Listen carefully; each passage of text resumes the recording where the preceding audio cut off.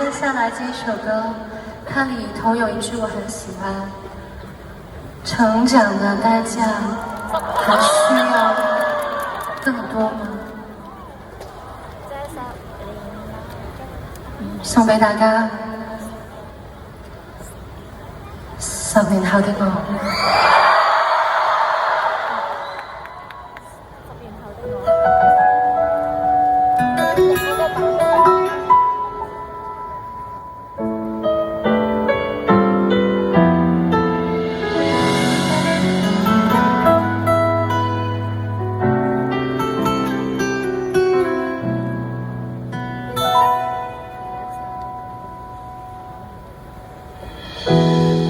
驟眼望有10年，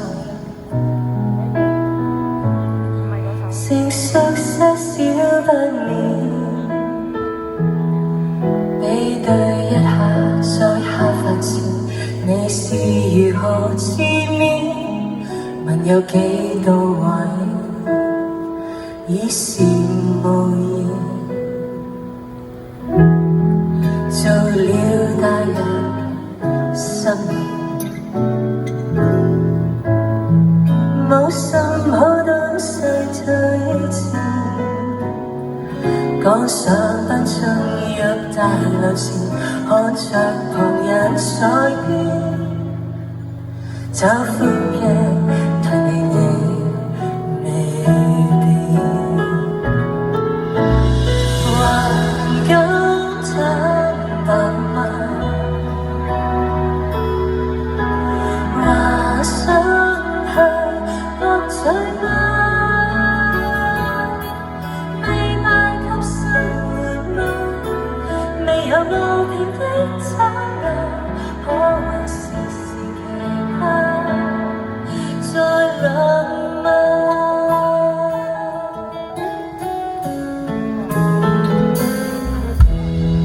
踏進不忍樂園，是否盡一點？把理想放下是何人？他越行還越遠，請歸去為世界大戰。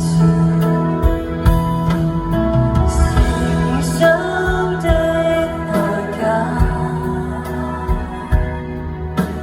還需要更多嗎？